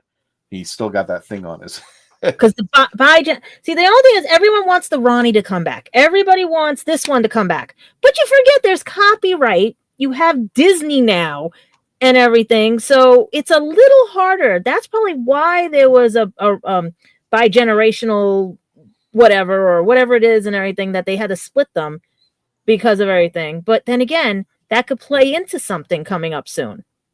But there are certain things I would love to see back. I would love to see Romana. I'm sure there's stories about her, how she became Lord President, and I am so willing to say Juliet Landau should take the screen, since she was the third Romana in BBC and Big Finish, put her on the screen and explain what happened when she became the president, how she lost Gallifrey. I mean, that's something I think, because they're saying there's more episodes to this season.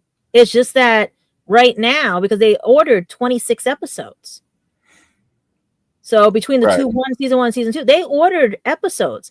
So that's what I'm saying. There's something being held back, and we don't know what's holding it back.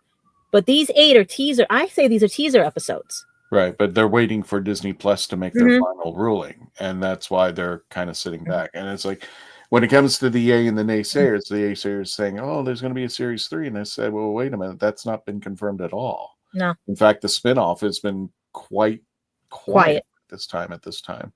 So I even thought I would have trying not tonight to go into that, and nothing. That's why the news is so short. I don't want to be that guy that goes yay, say, nay, say. I'm just saying, hey, this is what we know. Let's go from there. I'm not going to project any. I don't have any insiders or anything. I'm just going by what people tell me and what has occurred. And, one of the things that kind of did, kind of took me aback was when Shooty went on Graham Norton's show and he mentioned Series 3, and the BBC immediately pulled that from the episode. So I'm just like, okay, that's not a good sign, but that's... And I'm going based on what I'm saying. But that's not necessarily saying there will be no Series 3. That's just he picked a bad time to announce it. If there was going to be one, if there's going to be one, so that's still up in the air. Let me grab the chat real fast. Nico Bat, I give it an 8 out of 10. I love everything about this episode, but because of David's situation with J.K., the Harry Potter reference didn't age well. I don't know. I mean, that's what I kept seeing, more Harry Potter-y like episode of this than, you know what I mean? Because you had the Dementors, you had the, you know what I mean? The spells, words, everything, witches. I mean, and then him always mentioned, because he was Barney Crouch. I mean, come on, Barney Crouch Jr. That's why. I really don't want to get into the middle of that fight. Yeah, it is just... If we did that for everything, like I said, where's that book? This was written in 1960. This probably couldn't be allowed. You know what I mean? Because of what's in here. They would have to alter this. And this is this is by the Laurel Shakespeare. Francis Ferguson, general editor. If you really think about it, the writer of this episode has been blacklisted. Yeah. Oh. Yep, he was blacklisted because of what he said online, which is practically running into what J.K. Rowling has said. So he's kind of been blacklisted from the BBC, or at least from Doctor Who right now. I haven't heard anything. And then he's been on other podcasts to discuss it. But like I said, that's not my battle. I'm like, I just live in this world. I'm not going to clean it up. It's just like I'm just playing around in the sandbox. But it's just like you can see the difference in times. Like we have the same stuff going on. Is it that because phones made it more quicker to be aware of it? I mean, I grew up with watching Rocky Horror Picture Show and all this other stuff. You know what I mean? And what is it, Queen of the Desert, or what is it? You know. I grew up with all these things. I mean, I had a cousin that was a cross-dresser and became a priest or a brother or whatever it was. You know what I mean? This does not bother me. You know, people will be people. Things will be things, you know? I mean, TARDISes will be TARDISes, you know? I get both of the arguments, but I'm just like, for me personally, I'm in your camp. I'm like, it doesn't bother me. But I don't know. If you watch old Doctor Who, some of them can't be shown. If you go based on, I was like, I'm Asian. By all accounts, the Talons of Wang Chiang should be evil to me, and it's my favorite Doctor Who episode of all time. And I'm Asian. I'm like, I don't care. That was. I should hate Outlander. I'm like, that was 1974. I can't blame time. Mm-hmm. That point in time, because that's all they knew, and they didn't have that many actors. At least they did have a few Asian actors in there. They were in the background, but I mean, it was, they had. It was a different time. They don't realize what was going on. Exactly. It's just like I can't blame time. Do they even know what went on during World War II? That's what I'm saying. People don't realize. Should we hold Doctor Who accountable because they didn't know what was going to happen with JK at the time? No, because that was in the past. Exactly. We didn't know the world was going to be like this. That was in 2007. It is now 2025. We didn't know what. That's almost going to be 20 years later. We didn't know we were going to be like this. Yeah. But that's just my opinion. I know, and I'm not going to steer anybody, in their own. Everybody has their own thought process, but I'm like, doesn't. I just found out I'm Irish, Italian, Scottish, and Sardinian. Okay, through my DNA. There's a lot of things I have problems with, like Outlander and how the British made the Scots all indentured servants, or how the Irish were named certain things when they became police officers, even though they were part of the slavery movement too and everything. I should be offended for all that and everything, but I don't, because I know that's what history did. And am I going to repeat that history? No. I'm not going to blame somebody else for a past situation without knowing my facts, why that situation came about. David, what's your take on this whole thing? I think that... You're welcome, Six Boy. I think the issue is there's a number of things going on. I mean, like yellowface in Hollywood, massive problem. Or in media in general was a massive problem because you had Asian actors who weren't getting jobs because there were white actors just going this and then talking like this, and Leonard Nimoy was one. Oh yeah, Mickey Rooney, I'm holding account. Oh yeah, and Leonard Nimoy. Yeah, I want to check out. Mickey Rooney is, what the hell? Dear God, the gold standard of. There's absolutely no way that should have, even in that era, I'm was considered offensive. You want to spoof on us? Fine. What the hell was that? Oh my, Mr. Yunioshi was just unbelievable. I mean, I've read the book, and I mean, he's not a particularly sympathetic side character in the first place, but just absolutely baffling that they did that. And what was the detective one? The detective Charlie Chan. Yeah, that was another. That was, and yeah, that's. I mean, that wouldn't. And it's deeply unfortunate because there are a lot of Asian actors from that era. I mean, I even look at like Pat Morita, who.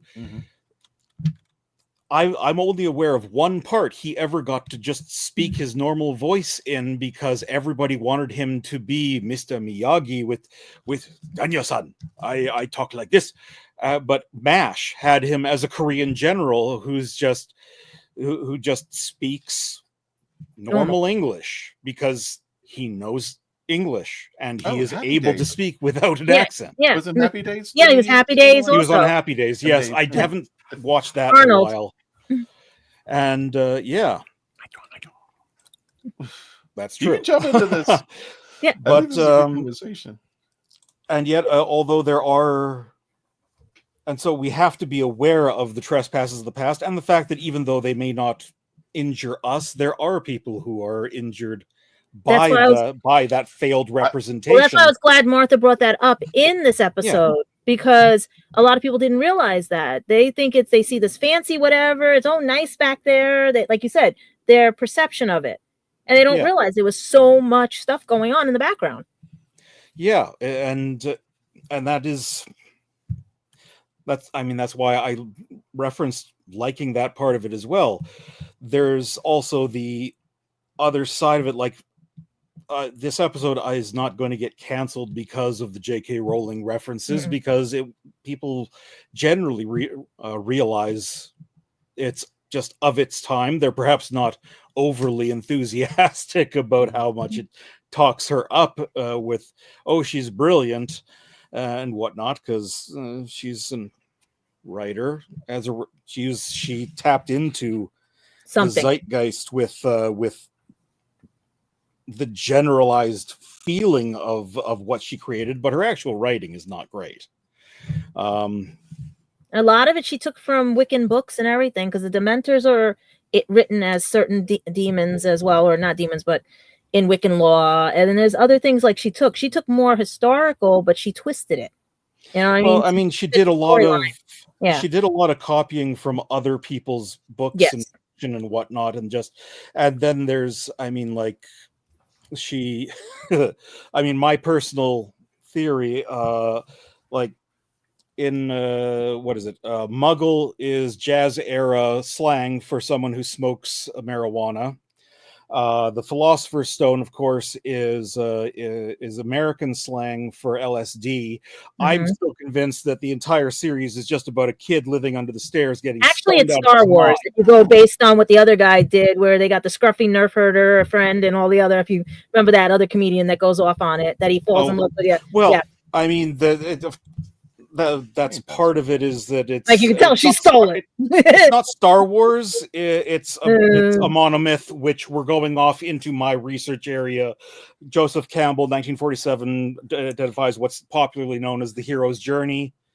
To be or not to be. I predicted the entire 7th book just based on my knowledge of the hero's journey.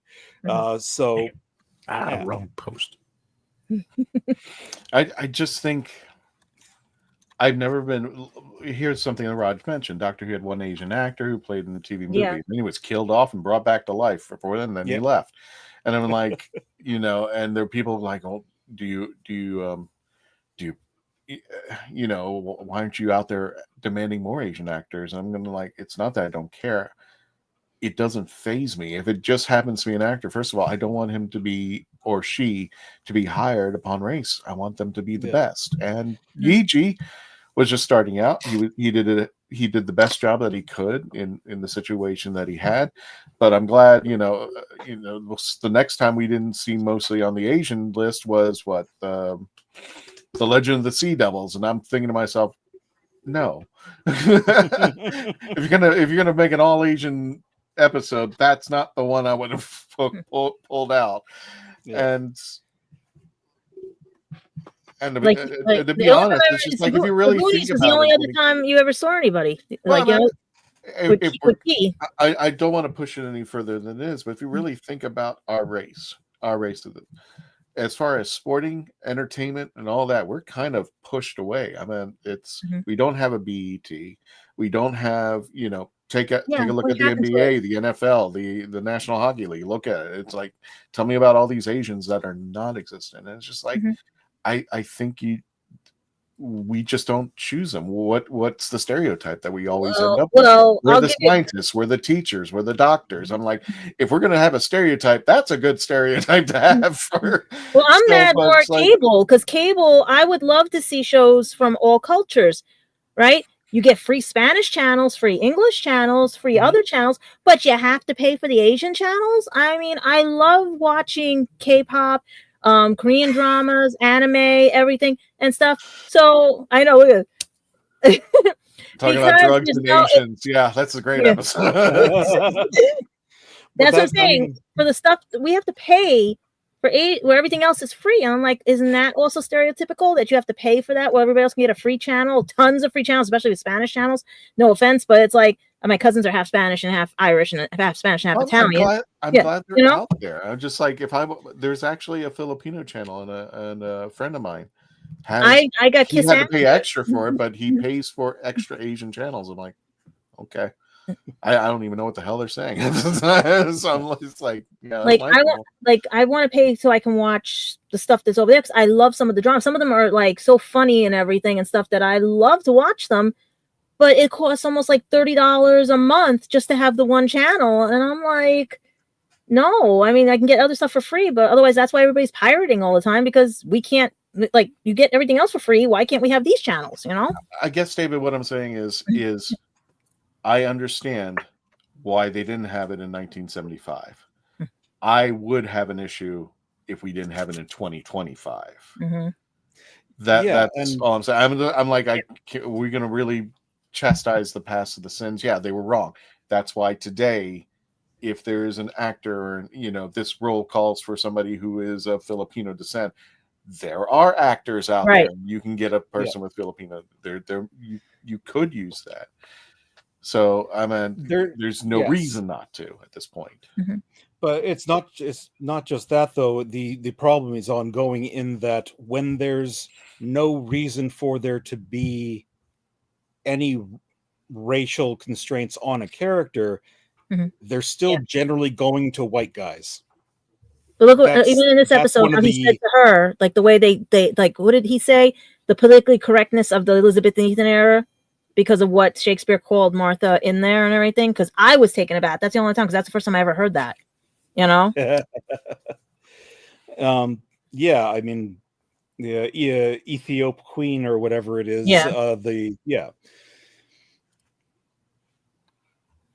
That's right. Yeah, Short round. Yeah, short round. Yeah.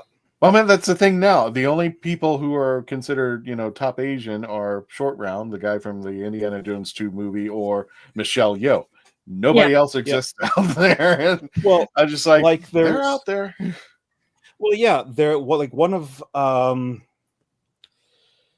my favorite Asian actors from the 80s, and I'm blanking on his name as well.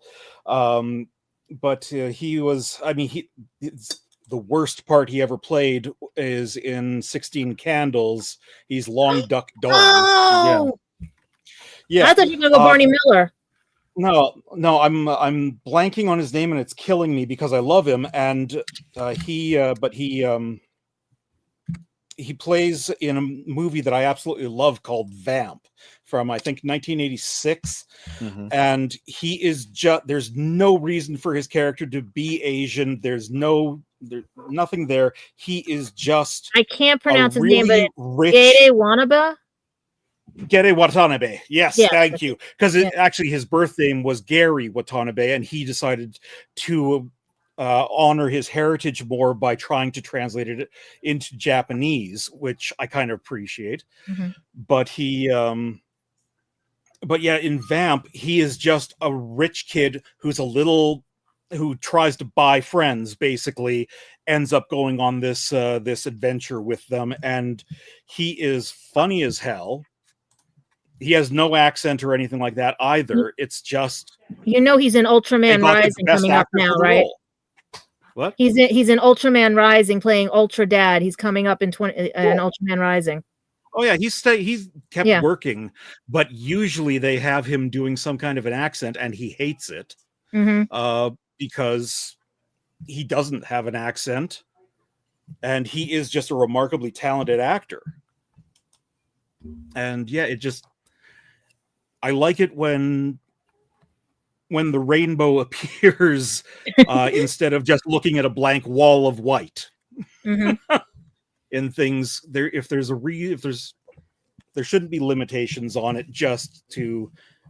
If it's the character shouldn't have to be Asian for an Asian actor to be cast, is what I'm saying. Oh, how about what? Oh, that's okay. Speaking of hotties, thank you, Raj. Yep. Yeah. Mm-hmm. Yeah. Mm-hmm. Yeah. Mignon. Yes. Very, very tasty. She's definitely eye candy for the guys. She's number 3 on the Chinese menu. Anyway, I have my K-pop and my anime. I have my anime husbando. Okay, I have my anime husbando. He's around here somewhere. And somebody who definitely, if he does not have a star on the Walk of Fame, I will go with James Hong, who has been in he's been in everything. I love everything. James Hong so much. He is he's not a great director. That movie is terrible. I think it's The Vineyard. But I think he's one of the first Asian actors, aside from Pat Morita, that as a kid I started recognizing in things. And I love him in everything, with the possible exception of BPRD, because good God, that movie. I haven't seen that movie yet. I remember going through his IMDb and there's no way in heck I will live. And long he's still enough going. And what is he, like 96? Something like 96? That. Something like that. Well, he bathes in the blood of virgins and politicians, so I know. I gotta find that Batman cave or whatever that thing they call it that brings him back to life or whatever. Lazarus Pit. The Lazarus Pit. Thank you. Yes. Yeah. Right. Which we'll get to that episode sooner or later. Oh my God. Tom, I'm going to wrap that. I really didn't want to walk down this. I know. It just opened up that way. It's nice. It's just like, yeah, Tom, what do you think about all this? We'll go ahead and wrap it up. Shows butt. No. So I did make the comment because everyone's talking about Oh, Martha wait. didn't really have to be in the last show and didn't have to really be in this show. Where would you fit Martha in coming into the season? I would have flipped Smith and Jones and put I would have flipped the episodes. I would have made Shakespeare Code 1 because I wanted him to have that little time in brooding, because after he lost Rose, he had Donna for a moment, and then Donna was the one that kept him in check. Doctor, you can stop it now. But I think we should have had an episode or two where the Doctor was on his own and screwing things up. I figured they should have Or at least switched the seasons, had him when he was by himself first, and then do this. Possibly. Mm-hmm. But I think watch it that way. I think it's possible. That's like I said, I really didn't want to walk down. Well, we don't have to worry because next Tuesday, right, is going to be an interesting Tuesday. Yes. Oh, and Raj said about the waifu thing. Waifu is for the guys. Girls get the husbando. The husband. The Asian person on your panel. Yeah. No, you don't have to be. We have a lot of diversity on the team out there, but I like to do diversity of thought for the most part. That's mine. I don't believe I've ever seen the Shakespeare Code now. April 2000, my babies were not even. Aww. Speaking of. No, you guys go ahead. Keep talking. Oh, he did rate it. Hang on a second. The Shakespeare Code rates 6.6 out of 10. Okay, fine. You guys keep talking. Hang on a second. Come here. Tom, read timescales. Real fast. The Shakespeare Code rates 6.6 out of 10 on the timescales out of 219 ratings and reviews. We have a special guest. Yeah, we do. Aww. There's Summer. Hi, Summer. It's summertime. It's summertime. Wait, you have a good dinner? You had a good dinner?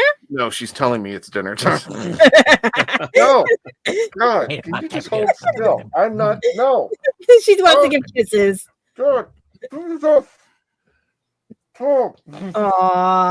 Okay, I'm going to put Spinning off into the void. I can't remember my own saying. Who's got the pet alert key? Who's got the pet alert button? God. Please don't discreet. Oh my God, she's stuck on my cord. Okay. Okay. My demon is next door. All right, where is it? Let's go. Many banners on here. I can't go through that. 6.6 out of 10 on timescales out of the 219 ratings and reviews. And I have several waifus from the Life is Strange video game series. All right. Let's go ahead and put this show to rest, guys. Thank you so much. Let's go. I don't know how this show's going to end. With David, crossing the themes. CrossingTheThemes.wordpress.com, my blog full of film reviews and random stuff that I've scraped from the dark recesses of my brain. Gotcha. Gadget, where can people find you? Everywhere and anywhere. Instagram, YouTube, Facebook, Twitter, Twitch, Instagram, whatever you call it, X or XAI, whatever it is now, and everything. And all, and in the stratosphere sometimes and everything, depending on what the hell's going on here. Right now, it's just writing a 57-page rebuttal. Yeah, that's going to be fun. Yeah, jobs are fun. But otherwise, guys, like I said, you're going to catch me at Bronx Comic Con August 2nd, Anime NYC 21st through the 24th, and both in August and everything. I'm working on other conventions. There's supposedly a free, it's called The Build from B&H in June, Tuesday, 17th and 18th. If you're a content creator, photographer, or anything, you can go meet some people, get some links and connections and everything. And I was debating this at the end of the month going to the Abilities Expo, but with all those sinkholes still opening up and messing up the whole of New Jersey, I think that's out for now. But otherwise, you just throw a penny, you'll probably find me around, or when you turn it upside down or something. Tom, talk to me about Spill the Geek Tea. I'm throwing a penny. Tom. Spill the Geek Tea. Yeah. Well, that's done. Okay, Spill the Geek Tea every Sunday night at 5 p.m. Eastern, where we talk about various topics here and there. The Candyman has just recorded another episode where he is hosted on, I don't remember what we're talking about because I was moderating the same show at the same time, but next week, come Easter, we are going live again on 420 Easter. Religion, all you have to do is paganism, all that good stuff, and death Astra. mummies. And just check out youtube.com/spillthegeekt1 and check it out. Don't forget to subscribe, like, share, and comment. In the meantime, thank you, folks. Again, keep an eye on our social media for our Facebook page and our YouTube channel for the upcoming episodes that we'll be doing live for our watch party and our review. Again, thank you, Tom. Thank you, Gadget. Thank you, David. We'll see you again here sometime next week. Please stay safe. And don't forget, before you leave, we're going to say goodbye to Simon, if I can find his picture. So everybody, on count of 3, 1, 2, 3, goodbye, Simon. Don't forget to put that into the chats. Bye, Simon. Bye, Simon. Got it. All right, Tony, you know what to do. Take us out.